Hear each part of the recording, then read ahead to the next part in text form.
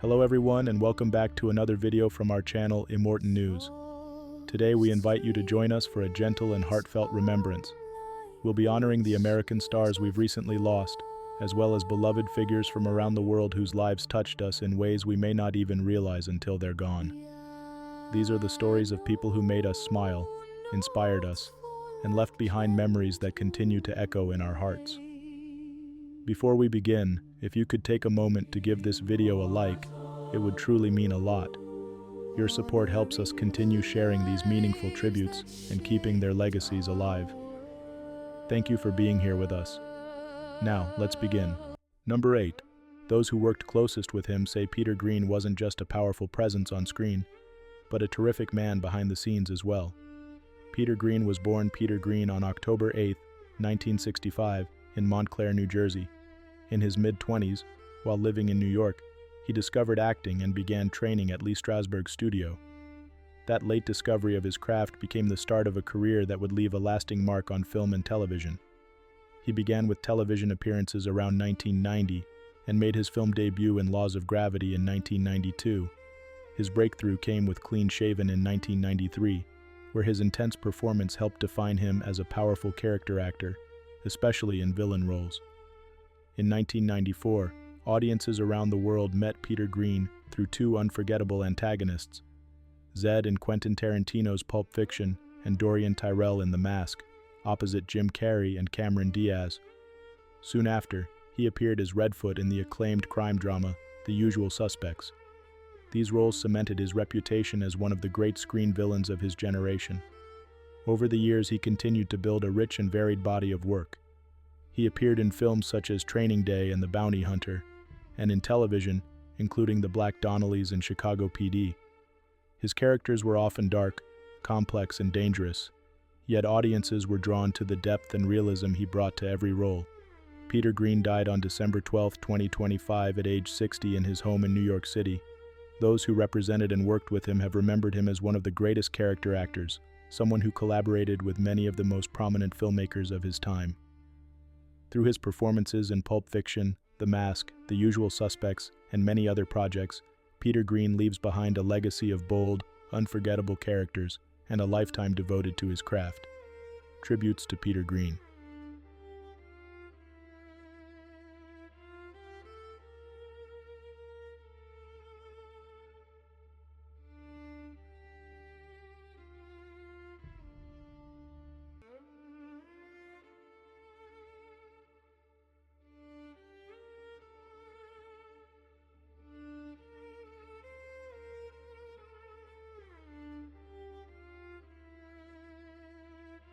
Number 7.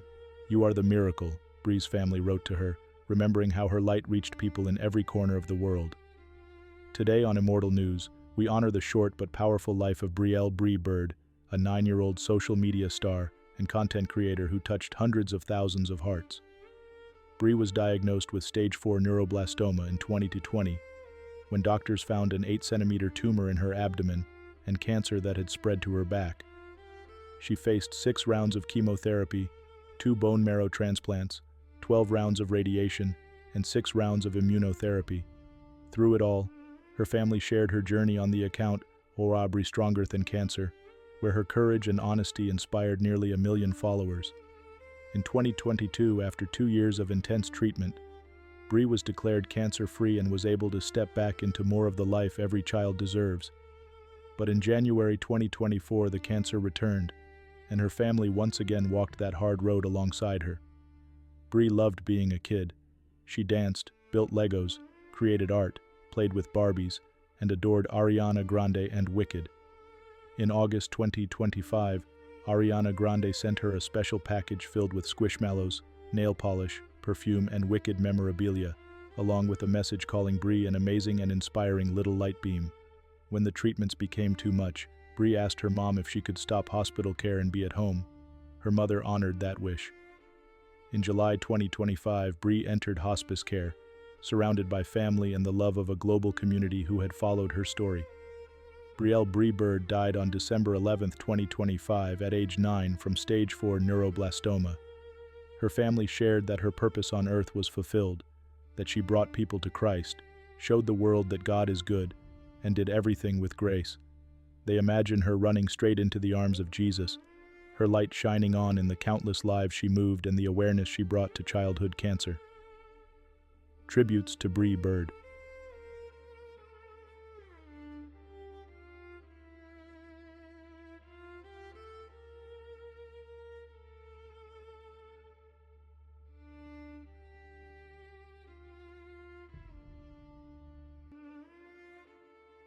Number 6. Those who played beside Marilyn Mazur often spoke of a creative spirit so generous that it seemed to wrap the whole stage in warmth. Marilyn Mazur was born in New York City on January 18, 1955, and moved to Denmark at the age of 6, a place that became her lifelong home. Of Polish and African American descent, she grew up studying classical piano and training in ballet, building the foundation for a life in movement, rhythm, and sound. Her first professional steps were as a dancer with Creative Dance Theater in 1971. Just a couple of years later, she formed her first band, Zerines, composing and playing piano. From 1975 onward, she threw herself into music as a percussionist, drummer, and singer, quickly becoming a colorful and unmistakable presence on the Danish scene. She led the all-women music theater group Primi Band and became known as both percussionist and composer, with the group Six Winds with Alex Riel. Although largely self-taught on her many percussion instruments, Marilyn also earned a degree in percussion from the Royal Danish Academy of Music. Her curiosity led her to sounds and instruments from all over the world, and that openness shaped everything she did. In 1985, she took part in Paula Mikkelborg's album Aura with Miles Davis. Soon after, Miles Davis invited her into his own band, where she toured the world during his Tutu period and became the only woman ever to serve in one of his groups. She also worked with the Gil Evans Orchestra and toured with Wayne Shorter, adding her voice to some of the most celebrated chapters in modern jazz.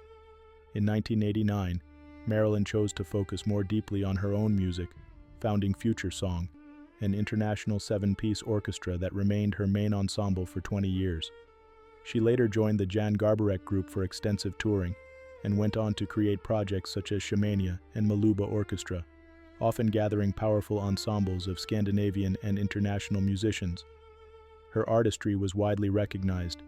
She received the Ben Webster Prize, the Jazzpar Prize, the Jassa Prize from Danish jazz journalists, the Edition Wilhelm Hansen's Composer Prize, the Danish Django Dor Legend Award, the Eurocore JTI Jazz Award, and the Greta Colby Grant. Downbeat magazine repeatedly highlighted her as a remarkable percussion talent and ranked her as a top jazz performer. Marilyn Mazur passed away on December 12, 2025 at the age of 70. She leaves behind her son Fabian, her music, and a legacy as a pioneering American-born Danish percussionist, composer, bandleader, dancer, and pianist whose work helped shape Danish and international jazz. Tributes to Marilyn Mazur.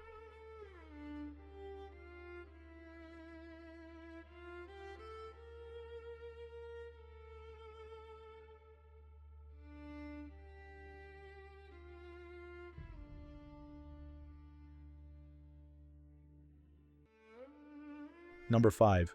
Those who worked beside Arthur Cohn often spoke of a gentle determination that guided every story he brought to the screen. Arthur Cohn was a Swiss film producer, born on 4 February 1927 in Basel to a prominent Jewish family rooted in culture, faith, and public service. His father, Marcus Cohn, was a lawyer who helped protect Jewish lives during World War II.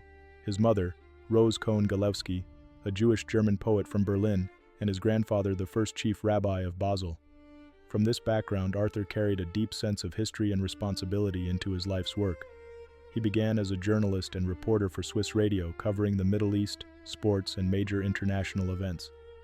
That early training in listening to people and witnessing history shaped the way he later approached film, first as a scriptwriter and then as a producer. Arthur Cohn became one of cinema's most celebrated independent film producers. He won 6 Academy Awards, 3 for Best Documentary Feature, and 3 for Best Foreign Language Film, more than any other independent producer in film history. His first Oscar came with The Sky Above, The Mud Below in 1961. He went on to help bring to life The Garden of the Finzi Cantonese, Black and White in Color, Dangerous Moves, American Dream, and One Day in September, among many others. His films often faced painful and important subjects: the Holocaust, workers' struggles, the 1972 Munich Olympics massacre, and the shadow of fascism. He collaborated with master filmmakers such as Vittorio De Sica, Jean-Jacques Annaud, Kevin MacDonald, and Walter Salles, always remaining a hands-on producer from the first draft to the final cut. The world recognized his contribution far beyond the Academy Awards. He received a star on the Hollywood Walk of Fame, the Ordre des Arts et des Lettres in France, humanitarian and cultural awards across the globe, and honorary degrees from universities in Europe and the United States. Throughout his life, he divided his time between Basel and Los Angeles, staying close to both his roots and his work. Arthur Cohn died in Jerusalem on 12 December 2025 at the age of 98. Through the stories he helped tell, he leaves a legacy of courage, memory, and compassion on film. Tributes to Arthur Cohn.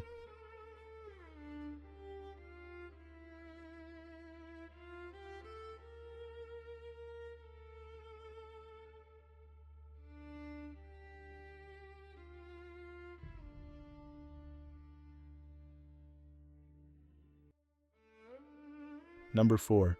Those who loved Abraham Quintanilla Jr. often speak of a father whose greatest joy was guiding his family's journey through music.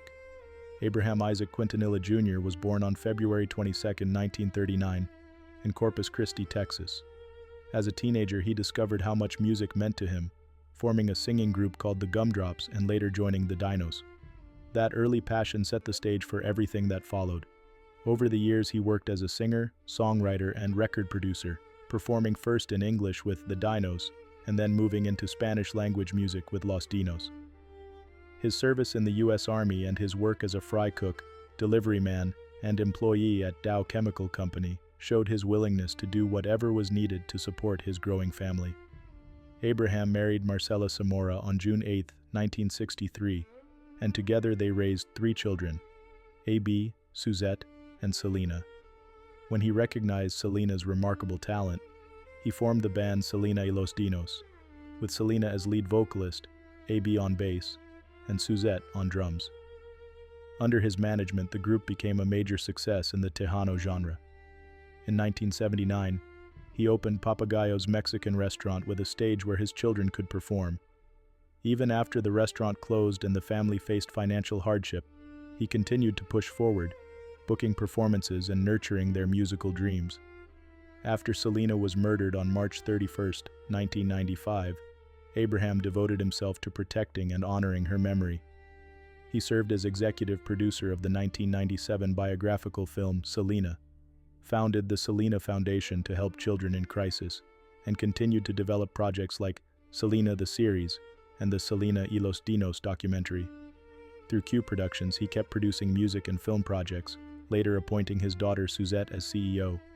In 2021, he shared his story in the memoir, A Father's Dream, My Family's Journey in Music, reflecting on the path that took his family from small stages to worldwide recognition.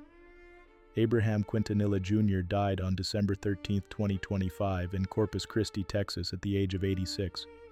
His legacy lives on in the music he helped create, the family he guided, and the lives touched by the story he worked so hard to preserve. Tributes to Abraham Quintanilla Jr.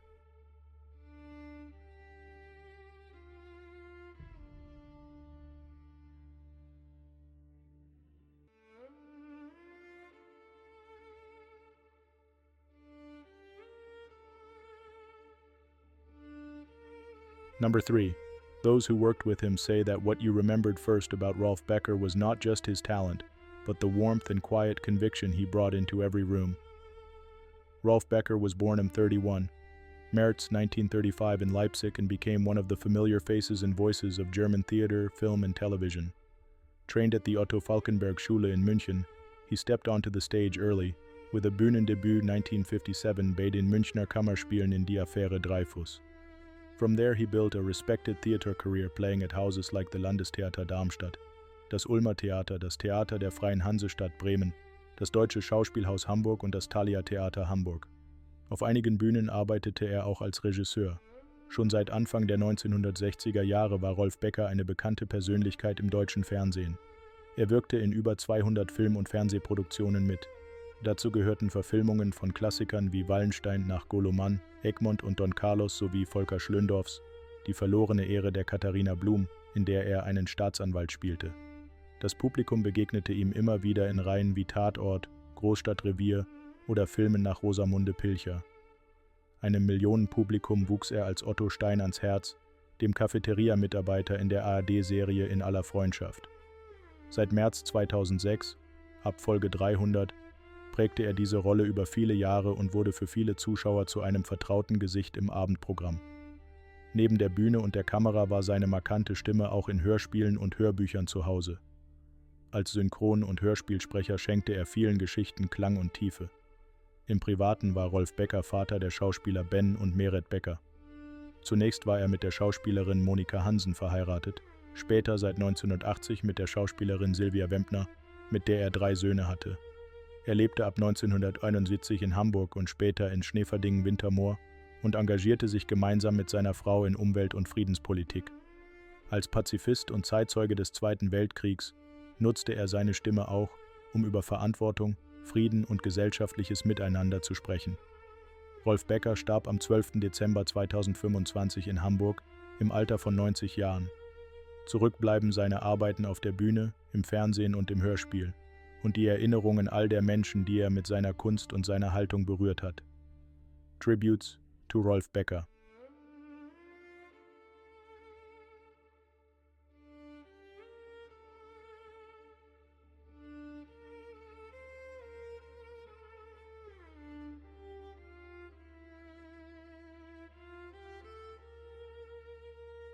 Number 2. Her daughters remember Joanna Trollope as a beloved and inspirational mother, and countless readers remember her as a cherished voice in their lives. Joanna Trollope was born on 9th of December 1943 in Minchinhampton, Gloucestershire, England. She grew up in a family that carried a literary legacy. She was the 5th-generation niece of Victorian novelist Anthony Trollope. At school in Reigate and later at St. Hugh's College, Oxford, where she read English, she laid the foundations for the writer she would become. Before turning to fiction full-time, she worked at the Foreign and Commonwealth Office from 1965 to 1967, and then spent years in teaching posts. In 1965, she began to write, at first crafting historical romances under the name Caroline Harvey. Her novel Parson Harding's Daughter went on to win the 1980 Romantic Novel of the Year award. Encouraged by her second husband, television dramatist Ian Curtis, Joanna moved into contemporary fiction. The Choir appeared in 1987, followed by The Rector's Wife in 1991, the book that famously knocked Jeffrey Archer off the top of the hardback bestseller lists. She would go on to write more than 20 contemporary novels, alongside 10 historical novels, with several works adapted for television and film, including The Rector's Wife, A Village Affair, and The Choir. Often called the Queen of the Aga Saga, a label she firmly rejected as patronizing, Joanna focused on the emotional lives of her characters, usually set in large village houses and the world of Middle England. Her stories were anything but trivial. She tackled subjects like lesbianism, broken families, and adoption, always aiming to mirror reality with honesty and care. She contributed to projects such as HarperCollins's Austen Project with Sense and Sensibility, and supported charity work with a short story for Oxfam's Ox Tales. Joanna's personal life was rooted in family. She married city banker David Roger William Potter in 1966, with whom she had 2 daughters, Louise and Antonia.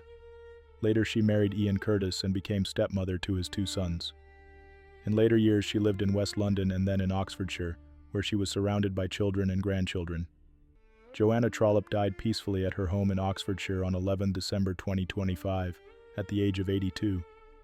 She leaves behind a legacy of stories that helped many people feel seen and understood. Tributes to Joanna Trollope.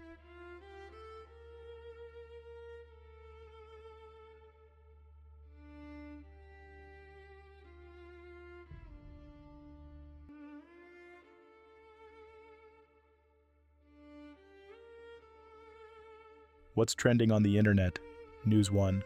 Let's talk about a powerful story of courage, talent, and representation coming to one of television's most beloved medical dramas.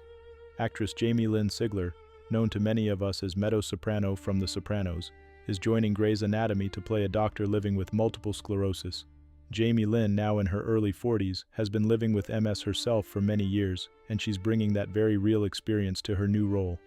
In this upcoming storyline, she'll portray a physician who, like her, is navigating the challenges of MS while still showing up with strength, heart, and professionalism. For longtime viewers of Grey's Anatomy, this is a meaningful step forward, blending the show's emotional storytelling with a real-life condition that affects many families. Jaime Lynn has spoken openly over the years about the ups and downs of her diagnosis, from learning to manage symptoms to finding the courage to share her journey with the public. By stepping into this role, she's doing something especially powerful, giving a face, a voice, and a full three-dimensional life to a character with MS on primetime television. For older viewers who have followed her since her early days on screen, this feels like watching a young star grow into a woman using her platform for something deeply important. And for anyone living with a chronic illness, or caring for someone who is, seeing a strong, capable doctor with MS practicing medicine on screen can offer a sense of hope, recognition, and dignity. Grey's Anatomy has a long history of spotlighting meaningful health stories, but this one carries an extra layer of authenticity. Jaime Lynn isn't just acting, she is sharing a piece of her own reality, all while reminding us that a diagnosis does not define a person's dreams, talents, or contributions. As this chapter unfolds on television, Jaime Lynn Sigler's courage and honesty will be remembered not only for her earlier iconic roles, but for helping millions of viewers see MS and the people who live with it in a more compassionate and understanding light.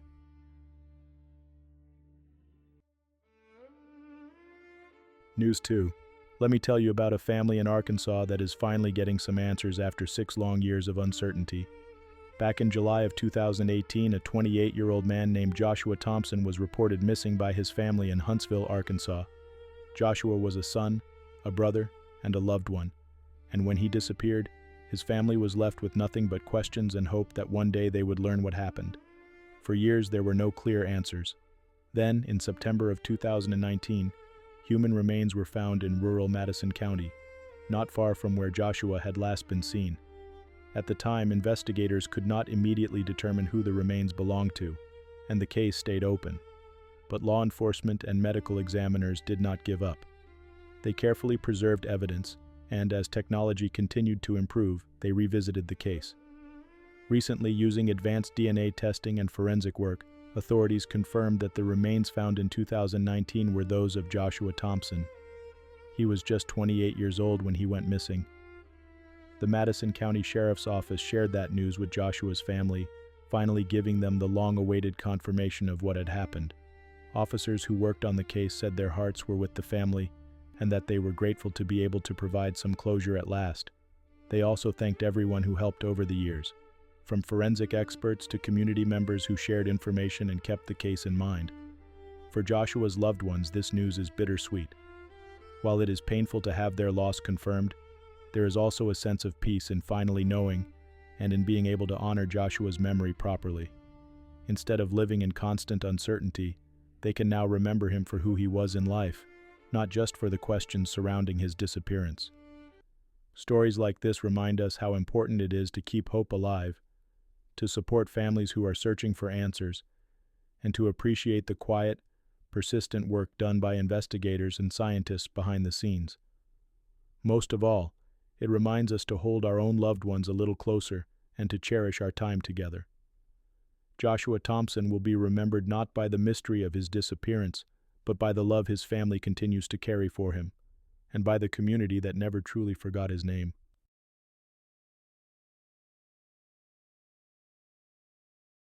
If you've ever loved a pet-like family, this story is going to touch your heart in a big way. In Pennsylvania, a small nonprofit called Happy Days Sanctuary, founded by a woman named Candy, who's devoted her life to rescuing cats, is facing the hardest chapter it's ever known. A sudden fire swept through one of their buildings, and in a matter of minutes, more than 30 cats lost their lives. The blaze was so intense that Candy herself was rushed to the hospital, and the sanctuary's cozy, carefully built space was left badly damaged. But even in the middle of this heartbreak, what's happening around Happy Days Sanctuary now is a powerful reminder of how kind and generous people can be. As word of the tragedy spread online, animal lovers from all over the country began reaching out, Many had followed the sanctuary's work on social media, watching shy, frightened cats slowly learn to trust again. Others had adopted cats from Happy Days and considered themselves part of its extended family. Messages poured in, simple words of comfort, prayers, and memories of favorite furry faces. People began organizing fundraisers, donating what they could, and sharing the sanctuary's story so more folks could help. Local volunteers stepped up to offer supplies, foster homes, and hands-on help with cleanup and rebuilding. Even those who couldn't give money found ways to support, sending cards, sharing kind words, and honoring the cats by donating to their own local shelters. Through it all, Candy has stayed focused on what mattered most to her from the very beginning, giving animals a safe, loving place to call home. Survivors from the fire are being cared for with extra tenderness, and the team is already talking about how to rebuild in a safer, stronger way, so even more animals can be rescued in the future. For so many people, especially older adults who know the deep comfort of a purring companion on a quiet evening, the story of Happy Days Sanctuary is a reminder of how much healing animals bring into our lives. Those cats who were lost may have had difficult starts, but they ended their days in a place where they were cherished, fed, and truly loved. As the sanctuary moves forward, it's not just bricks and boards being rebuilt, it's a promise being renewed, that every life, no matter how small or furry, is worth kindness and care. And that's how these cats, and the people who stood up for them, will be remembered. Through every rescued pet, every opened heart, and every new happy day yet to come. I just want to hang out with you one more time and tell you that I love you so much. That is how Mary Magdalene's brother remembers her, and it's how many who followed her life online are feeling now. Mary Magdalene was a 33-year-old influencer who shared her world with more than 400,000 followers across social media. People knew her first for her striking appearance, extensive plastic surgeries, bold facial and body tattoos, multiple piercings, and dramatic implants. But behind the look was someone who understood how to turn her own transformation into a story that others wanted to follow. Through regular posts, Mary invited people into her life and showed the reality of her aesthetic choices. She built a community that was curious, loyal, and often deeply supportive. Her journey was unconventional, but it was hers, and she shared it openly. Mary's life came to an end on December 9, 2025, while she was in Thailand, where she fell from a high-rise apartment building. Her passing at 33 shocked those close to her and the many who had grown used to seeing her appear on their screens. In the days after, her brother Ivan shared how funny and talented he believed she was, and how much she meant to him. His words painted a picture of Mary not just as an online figure, but as a love sister whose presence filled everyday moments. Mary Magdalene leaves behind a legacy as a social media personality who lived visibly and unapologetically, and as a reminder that behind every online image is a real person with family, humor, and dreams. Tributes to Mary Magdalene.